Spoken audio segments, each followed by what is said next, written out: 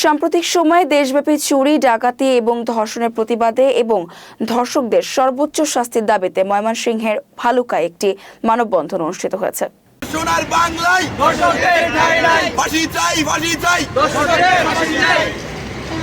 ভালুকা সাধারণ ছাত্র সমাজ ব্যানারে এই মানববন্ধনটি শনিবার সকাল 11টায় ভালুকা সরকারি কলেজের সামনে ঢাকা ময়মনসিংহ মহাসড়কে আয়োজন করা হয়।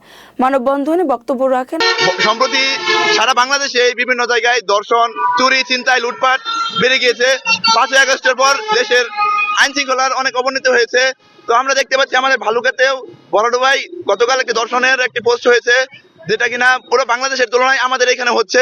আমরা চাই দর্শকের একদম চূড়ান্ত শাস্তি ফাঁসি হোক এবং দর্শকের বিচার হোক এবং দর্শক যেন চূড়ান্ত শাস্তি হয়, এটাই আমরা দাবি করি। এবং আমাদের ভালুকাতে যেমন এরকম অন্যায় না হয়, আইন শৃঙ্খলা বাহিনীকে তৎপর থাকার জন্য বিনীতভাবে আহ্বান জানাচ্ছি। ভালুকা সাধারণ ছাত্র সমাজের প্রতিনিধি মফিজুল ইসলাম, মোহাম্মদ ওয়াসিম উদ্দিন, আইরিন খানম রিদা, মেহনাজ আক্তার মৌ সহ অনেকে। মানববন্ধনে অংশগ্রহণ করেন ভালুকার বিভিন্ন স্তরের সাধারণ ছাত্রছাত্রীরা। বক্তারা দেশের আইন শৃঙ্খলা পরিস্থিতি উন্নত করার পাশাপাশি প্রকাশ্যে ধর্ষকদের সর্বোচ্চ শাস্তি অর্থাৎ ফাঁসি দাবি করেন।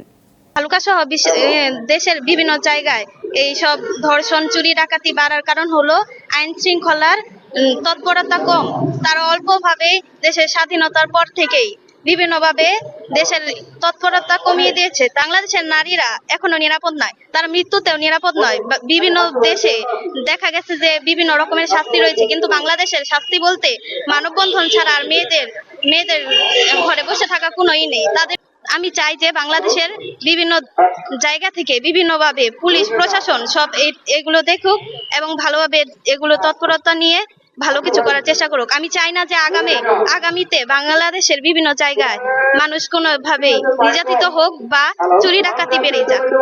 আজকের এই মানববন্ধন দ্বারা আমরা এটা প্রকাশ করতে চাই যে আমরা এটা কখনো আশা করি নাই যে 5ই আগস্টের পরে যে আমাদের এরকম ভাবে আবার মানববন্ধন করতে হবে। আমাদের যে নারী বোনেরা আছে, মায়েরা আছে, তারা আজকে বিভিন্ন ধরনের নির্যাতনের শিকার হচ্ছে। এটা কখনো এই স্বাধীন বাংলায় আমরা কখনো আশা করি নাই। তবে আজকে আমরা এটা অবশ্যই বাংলাদেশকে অস্থিতিশীল করার জন্য একটি গুত্র কাজ করে যাচ্ছে এবং দর্শনকারীদেরকে আমরা যারা দর্শক তাদেরকে আমরা চাই যে প্রকাশ্য শাস্তি দেখ, যেন অন্যান্য দর্শক